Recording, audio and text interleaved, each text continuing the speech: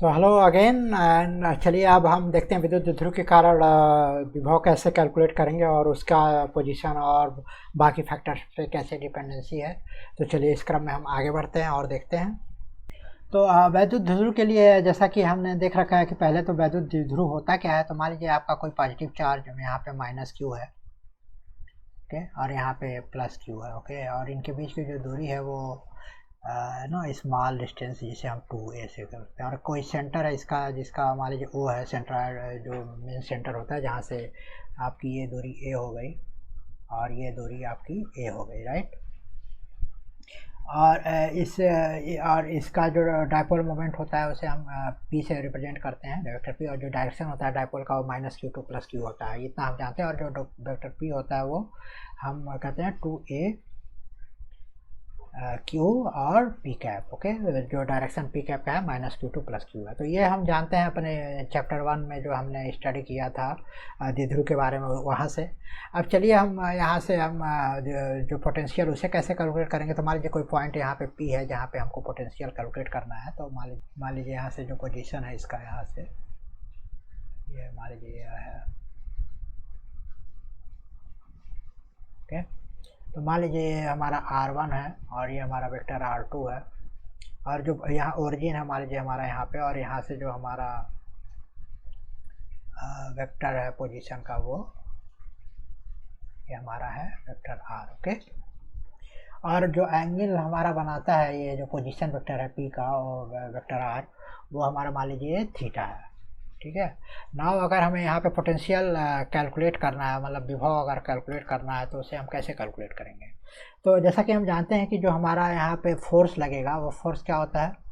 वो फोर्स जैसा कि हमने देखा था कि ये सुपरपोजिशन जो इलेक्ट्रिक फील्ड है उस पर डिपेंड करता है फोर्स, और वो जो इलेक्ट्रिक फील्ड है वो सुपरपोजिशन जो कूलम्ब फोर्स इटसेल्फ वो सुपरपोजिशन को फॉलो करता है।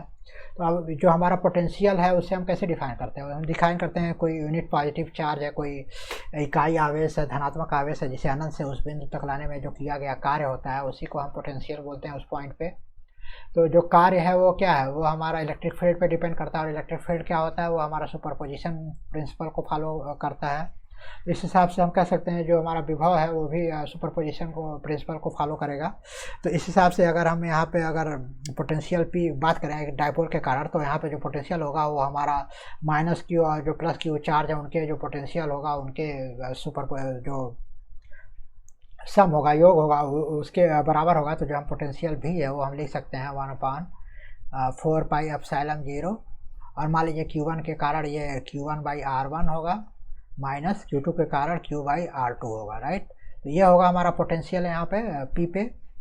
तो अब हमें P पे पोजीशन इस टर्म्स में ज्ञात करने हैं, जो एंगल है और जो पोजीशन वेक्टर है पॉइंट का उसके सेंटर से उस टर्म में, जैसा कि हमने इलेक्ट्रिक फील्ड में किया था। तो कैसे करेंगे, तो इसके लिए हमें जानना होगा क्या, हमें दो बातें जानने की ज़रूरत है कि हमारा r क्या है, r1 क्या है और r2 क्या है। तो r1 ज्ञात करने के लिए हम यहाँ पे फिर ज्योमेट्री का उपयोग करेंगे। तो ज्योमेट्री पाने के लिए हम मान लीजिए यहाँ पे एक परपेंडिकुलर डालते हैं, यहाँ पे मान लीजिए ये हमारा 90 डिग्री हो गया, राइट। ये थीटा है और ये डिस्टेंस कितना है हमारा a है, ओके।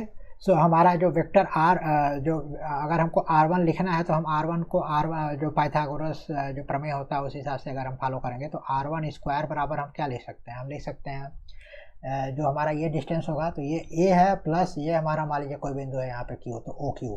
तो जो हमारा r1 स्क्वायर जो होगा वो हमारा ये जो r1 स्क्वायर होगा वो हमारा ये डिस्टेंस जो हमारा a प्लस और कितना है ये हमारा ये जो O Q, okay, O Q square लिख सकते हैं, प्लस हमारा ये जो डिस्टेंस है पी क्यू स्क्वायर पाइथागोरस प्रमेय से। अब हमको पता करना है कि ओ क्यू पी क्यू कितना होगा। तो ओ क्यू को हम क्या लिख सकते हैं, ओ क्यू इजकल टू क्या होगा हमारा, ये मान लीजिए आर है तो इसे हम लिख सकते हैं आर कॉस थीटा, और पी क्यू को क्या लिख सकते हैं आर साइन थीटा, राइट। ये अगर हमारा एंगल थीटा है। तो अब इसको इसमें हम पुट करते हैं तो हम मान लीजिए a plus r cos theta का whole square plus r sine theta का होल स्क्वायर, ओके। आप इसे सॉल्व करेंगे तो a square plus r square cos square theta plus 2ar cos theta plus r square sine square theta आपको मिलेगा। तो यहाँ से आप ले सकते हैं आपको ए स्क्वायर और cos square theta plus sine square theta equal to 1, तो यहाँ पे प्लस आपको मिलेगा r square plus 2ar cos theta. ये हो गया हमारा R1 के लिए। सिमिलरली आप R2 ज्ञात कर सकते हैं। R2 ज्ञात करने के लिए क्या करेंगे, आपके लिए R2 स्क्वायर आपको कैसे मिलेगा, तो इसके लिए एंगल मान लीजिए थीटा है, तो ये परपेंडिकुलर राइट। तो ये डिस्टेंस आपको पता करना होगा। ये डिस्टेंस क्या होगा हमारा, ये डिस्टेंस हमारा होगा a माइनस ये वाला distance r cos theta. Okay, तो सिमिलर एनालॉजी पे जाएंगे यहाँ पे। तो अगर आप ज्ञात करेंगे तो R2 स्क्वायर आपको मिलेगा a square plus r square minus 2ar cos theta. Okay, यहाँ पे जो हमने जो यहाँ पे यूज़ किया a plus r cos theta, ये हो जाएगा a minus r cos theta हमारे R2 के केस में। तो उस हिसाब से आपको एक्सप्रेशन मिलेगा। तो आप इसे ज्योमेट्री से आप अगर फिर देखें और आप एस्टिमेट कर सकते हैं, बट ये सिंपल है। आपको पाइथागोरस प्रमेय और उसका कॉम्बिनेशन यूज करना है, जस्ट परपेंडिकुलर ड्रा करना है यहाँ पे। तो इस प्रकार से अगर हम R1 को सिंप्लीफाई करें तो R1 स्क्वायर को हमारा हो गया a square plus r square plus 2ar cos theta. तो ये हमारा R स्क्वायर का एक्सप्रेशन हो गया। इसे आप अगर हम लिखना चाहते हैं 1/r के फॉर्म में, तो कैसे लिखेंगे, पहले इसे फर्दर सिंप्लीफाई करते हैं। तो इसे मान लीजिए यहाँ पे आर स्क्वायर आप बाहर ले लीजिए यहाँ पे, तो आपको मिलता है यहाँ पे 1 प्लस आर स्क्वायर यहाँ पे अगर ले लिया, फिर 2a आर से आर स्क्वायर बाहर ले लिया तो 1/r यहाँ आ जाएगा cos theta plus a square upon r square. Okay, अब मान लीजिए जो हमारा डिस्टेंस है वो बहुत छोटा है, जहाँ पे हम पोजीशन पे कर रहे हैं, तो जो r है हमारा a से बहुत बड़ा है राइट। इस स्थिति में आप इसे इक्विवेलेंट लिख सकते हैं r square 1 plus 2ar cos theta right. और अगर R1 की बात करें तो आप इसे ले सकते हैं R1 plus 2a upon r cos theta to the power half. Similarly आप R2 के लिए भी लिख सकते हैं, the same argument you can follow, और आपको मिलेगा r equal to 1/1 minus 2a upon r cos theta to the power half. Okay, तो अब आपको 1/r1 और 1/r2 की ज़रूरत है, तो 1/r1 आप कैसे लिखेंगे, आप लिखेंगे 1/r 1 plus 2a upon r cos theta minus half. और यहाँ पे हम बाइनॉमियल थियरम का यूज करके उसे फर्स्ट ऑर्डर में अगर हम एक्सपेंड करें तो इसको हम इक्विवेलेंट लिख सकते हैं 1/r 1 प्लस 1, तो हम इसको लिख सकते हैं 1 minus a upon r cos theta. यहाँ पे फैक्टर का मल्टीप्लाई होगा, माइनस आ जाएगा। सिमिलरली आप 1/r2 के केस में लिख सकते हैं 1/r 1 plus a upon r cos theta. Okay, इसे अब हम v का एक्सप्रेशन है उसमें पुट करते हैं, तो हमारा v क्या होगा 1/4 पाई एप्सिलॉन 0 इंटू q अपान r1 माइनस q अपान r2 हमने लिखा था। नहीं, एक्चुअली फिर अगेन हमने यहाँ पे कोई मिस्टेक किया है, ऊपर ये R1 है माइनस q से डिस्टेंस है राइट। सो हमारा यहाँ पे एक्सप्रेशन फिर गलत हुआ, यहाँ पे हमारा माइनस q होगा, यहाँ पे प्लस q होगा, तो इसे हम लिखेंगे 1/4 पाई एप्सिलॉन 0 q अपान r2 माइनस q अपान r1। ये हमारा एंगल डिपेंडेंस है, तो ये आप ध्यान रखिए जब आप कैलकुलेट करते हैं। तो ये हमारा R2 माइनस ये हमारा R1 हुआ यहाँ पे राइट। अब हमें R1 R2 के जो वैल्यूज हमको मिले हैं उसे हम इसके अंदर पुट कर देते हैं। तो हमारे R1 R2 के वैल्यू क्या मिले हैं, हमारे मिले हैं 1/4 पाई एप्सिलॉन 0, ये हो गया। Q को आप बाहर कर लीजिए और यहाँ पे आप 1 बटा लिखते हैं, R1 है हमारा 1 minus a upon r cos theta, और 1/r हम बाहर कर लेते हैं यहाँ पे, और हमारा यहाँ पे फिर हो जाएगा 1 प्लस माइनस है राइट। सो यहाँ पे R2 माइनस R1, तो R2 हमारा ये है 1 प्लस माइनस 1, और ये minus minus plus a upon r cos theta. Okay, तो ये हमें क्या मिल जाता है, हमें मिल जाता है q upon 4 pi epsilon 0 into 2a upon r cos theta, और ये r पहले से है तो r स्क्वायर यहाँ पे हो गया। तो आप 2aq हमारा क्या होता है, p होता है डायपोल मोमेंट, तो p/4πε0 इंटू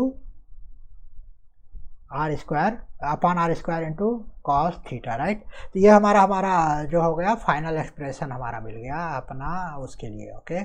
अब ये डिपेंडिंग अपान जो हमारा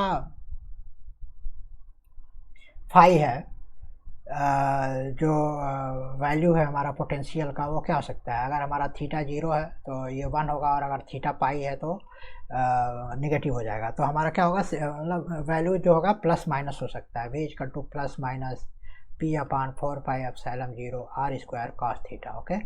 तो ये डिपेंड करता है कि आप ऑन एक्सिस की बात करते हैं तो किस डायरेक्शन में आप, p साइड में है या पॉजिटिव साइड चार्ज के साइड में जाते हैं या नेगेटिव साइड के चार्ज में जाते हैं। तो जैसे मान लीजिए यहाँ पे है तो आप इधर के एंगल पे लेते हैं और या इधर के एंगल पे लेते हैं, डिपेंडिंग अपॉन द एंगल। आप इधर की बात करेंगे तो आपका नेगेटिव होगा और इधर की बात करेंगे तो पॉजिटिव होगा। और आप कास थीटा डिपेंडेंस है तो आप उससे एस्टिमेट कर सकते हैं कि क्या वैल्यू होगा। तो सबसे महत्वपूर्ण बात जो हमने देखा यहाँ पे कि जो पोटेंशियल है डायपोल के कारण वो हमारा 1/r² के हिसाब से वेरी करता है, जो कि इलेक्ट्रिक फील्ड होता है वो हमारा यहाँ पे 1/r³ के वेरी करता है, जैसा आप पिछले देखा था। और आल्सो जो हमारा जो पोटेंशियल है वो केवल r पे डिपेंडेंट नहीं है, वो थीटा पे भी डिपेंडेंट है। जो पोटेंशियल है वो प्रोपोर्शनल टू 1/cos थीटा भी है, मतलब जो पोजीशन वेक्टर है और जो डायपोल मोमेंट है उसके बीच की जो एंगल है उस पर भी डिपेंड करता है। तो ये दोनों फैक्टर हमारे इम्पॉर्टेंट पॉइंट रखते हैं हमारे कैलकुलेशन में। So that's the very important point for the विद्युत ध्रुव की बात करें, जहाँ तक उसकी विभव की गणना की बात हुई। तो ये रहा कि विद्युत ध्रुव के कारण जो हमारा जो विभव है किसी बिंदु पे, वो उसको हम कैसे गणना करेंगे। इसमें थोड़ी सी ज्योमेट्री है जो बहुत ही सिंपल है, जैसा कि हमने आपको दिखाया r1 है r2 का एस्टिमेट करके कैसे आपने डायपोल मोमेंट के फॉर्म में उसे एस्टिमेट कर लिया, और किसी भी पॉइंट पे आप इस फार्मूला से एस्टिमेट कर सकते हैं पोटेंशियल। और टू मुख्य बातें जो हमने यहाँ पे देखी वो ये रही कि जो इसकी डिपेंडेंसी है 1/r² है डिस्टेंस के साथ, न कि 1/r जो पॉइंट चार्ज के बीच होता है। और ये इलेक्ट्रिक फील्ड होता है 1/r³ और ये उससे 1 कम। तो just similarly the variation of 1/r factor. तो ये तो हो गया हमारा उसके संबंध में। दूसरा हो गया कि ये जो एंगल डिपेंडेंस है, पोटेंशियल जो होता है कि जो पोजीशन वेक्टर है उसके किस एंगल पे है। तो मान लीजिए कि अगर हम जो एंगल अगर फिक्स रखें, मतलब एक कोण अगर हम बनाएं उस पॉइंट पे डायपोल के जो सेंटर है उसके क्रॉस में, तो उस कोण के जो पेरिफेरी उस सारे पॉइंट्स पे जो थीटा सेम होगा, और उस हिसाब से डिस्टेंस अगर सेम है तो क्या होगा, तो हर जगह हमारा पोटेंशियल सेम होगा। तो इट्स अ वेरी नाइस और interesting point two note here. तो ये यहाँ पे हम विद्युत ध्रुव का पार्ट फिनिश करते हैं, और हम आपको अगले लेक्चर में डिस्कस करेंगे, जहाँ पे हम बात करेंगे अपने आयसों के निकाय का विभव और उसके बारे में चर्चा करेंगे। तो चलिए मिलते हैं आपको अगले लेक्चर में। धन्यवाद।